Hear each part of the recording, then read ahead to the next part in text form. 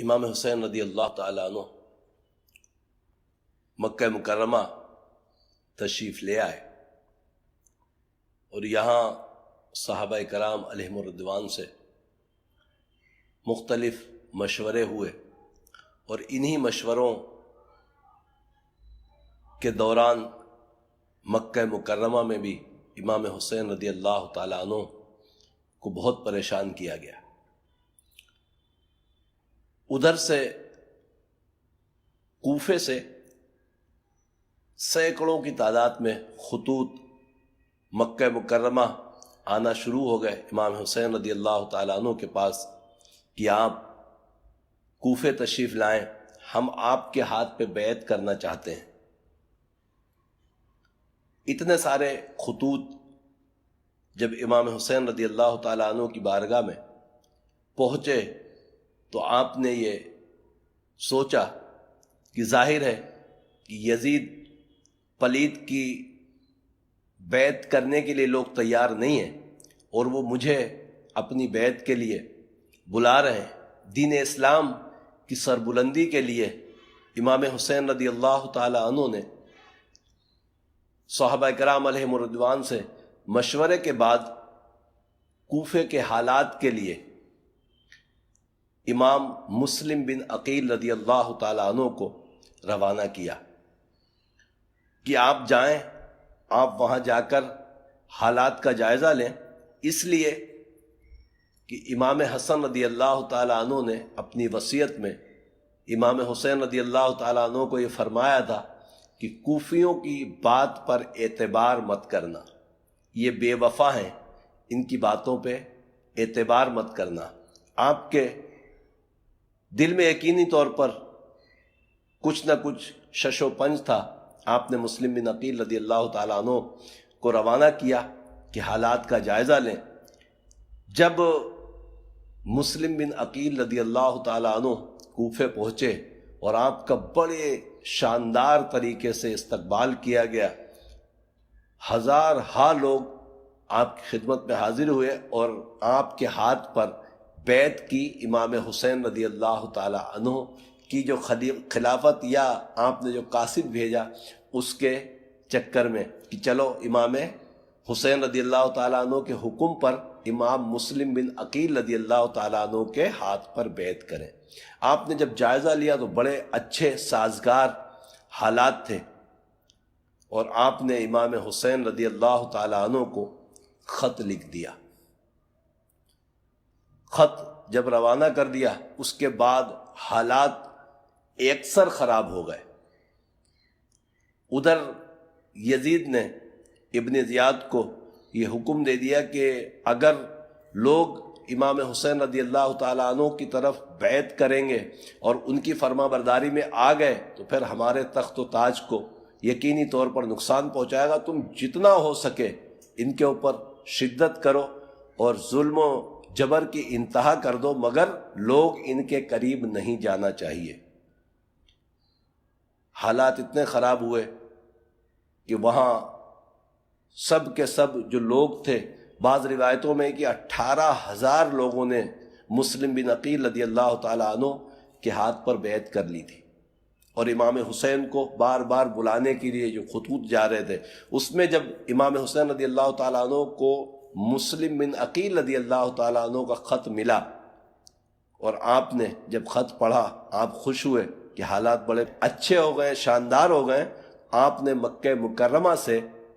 کوفے کے لیے چلنے کا ارادہ کر لیا۔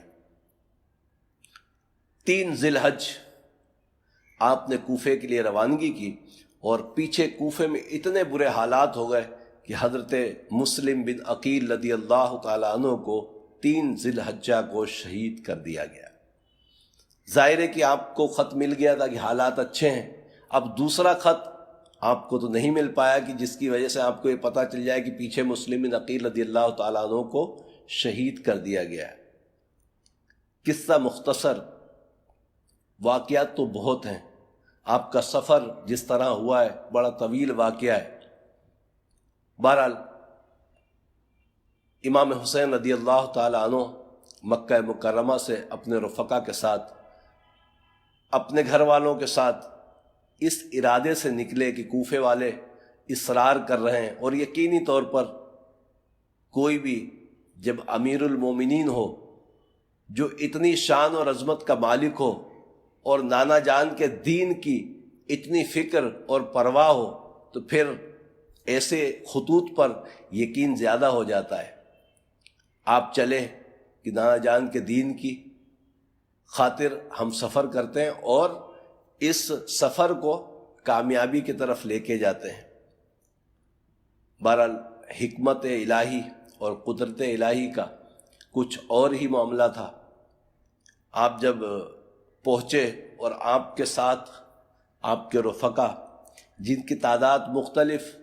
کتابوں کے ذریعے 82 ملتی ہے کہ 82 افراد پر مشتمل یہ قافلہ جب پہنچا ہے کوفے، تو کوفے کے حالات اکثر خراب۔ ظاہر ہے کہ مسلم بن عقیل رضی اللہ تعالیٰ عنہ کو پہلے ہی شہید کیا گیا، پھر جب آپ نے وہاں جا کر حالات دیکھے تو بہت زیادہ حالات خراب۔ آپ نے ان سے، کوفیوں سے، اور خاص طور پر ابن زیاد کو یہ بولا کہ ہم لڑنے کے ارادے سے نہیں آئے، ہمیں تو یہاں سے بہت سارے لوگوں نے خطوط لکھے ہیں اور بیعت کے لیے ہمیں بلایا، نانا کے دین کی پیروی کے لیے مجھے بلایا گیا ہے، میں لڑنے کے ارادے سے نہیں آیا۔ اور ظاہر ہے کہ لڑنے کے ارادے سے کوئی آتا ہے یا کسی جنگ میں کوئی جاتا ہے تو بال بچوں کو، اپنے چھوٹے چھوٹے بچوں کو لے کر تھوڑی جاتا ہے، ساز و سامان کے ساتھ جاتا ہے۔ آپ تو صرف تبلیغ دین کے لیے، نانا جان کے جو دین ہے اس کی جلا کے لیے آپ تشریف لے گئے تھے، اور آپ کو جب ابن زیاد نے اجازت نہ دی، رات کے کچھ وقت میں آپ اپنے قافلے کو لے کر چلے، اور چلنے کے بعد جس جگہ قیام کیا گیا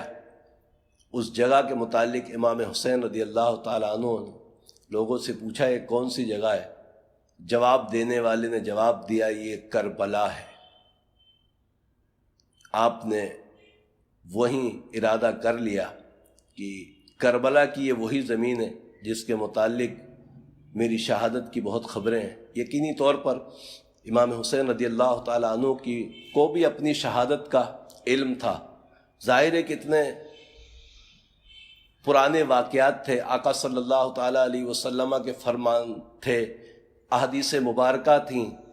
اور پرانی خوشخبریاں تھیں آپ کی شہادت کی۔ آپ پھر کربلا میں ہی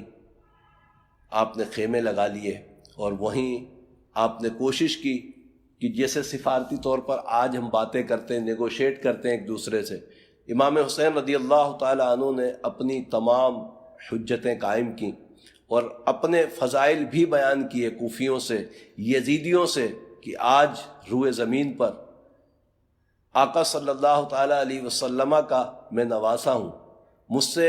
بہتر کوئی شخص روئے زمین پر نہیں ہے، اور پھر بھی میں لڑنے کی نیت سے نہیں آیا، اور تم میری جان کے جو پیاسے ہو تو بھلے مجھے شہید کر دو، میرے اس قافلے کو جانے دو۔ اور اللہ تبارک تعالیٰ کی عطاؤں سے امام حسین رضی اللہ تعالیٰ عنہ کہ اس حجت کے بعد ایک شخص کوفیوں سے باہر آیا، اور اس شخص کا نام تھا حر۔ اور یہ حر وہی شخصیت تھے جنہوں نے امام حسین رضی اللہ تعالیٰ عنہ کے قافلے کو روک کر بہت زیادہ ظلم اور زیادتی کرنے کی کوشش کی تھی۔ بہرحال جب امام حسین رضی اللہ تعالیٰ عنہ نے اپنی حجت قائم کی، حر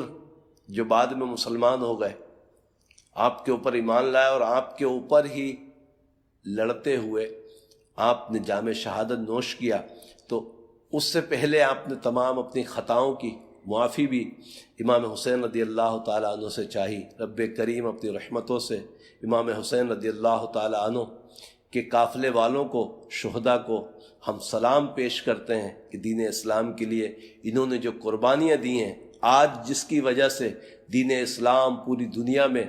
ہرا بھرا ہے، ان کی قربانیاں تو بہت سارے صحابہ کرام علیہم الرضوان نے بھی دیں، مگر بعض قربانیاں اسلام کے لیے ایسی زندہ اور جاوید ہو جاتی ہیں جن کو بھولنا ناممکن ہوتا ہے۔ امام حسین رضی اللہ تعالیٰ عنہ کی شہادت اور علم الاعداد بھی آپ کی خدمت میں انشاءاللہ ایک اور کلپ میں پیش کروں گا۔ اور اس کو بھی ضرور سماعت فرمائیے گا۔ اللہ تبارک تعالیٰ کی بارگاہ میں دعا ہے کہ رب کریم ہمیں فکر آخرت نصیب فرمائے اور اسلام کے لیے ہر طرح کی قربانی دینے کی توفیق مرحمت فرمائے۔ آمین آمین یا رب العالمین۔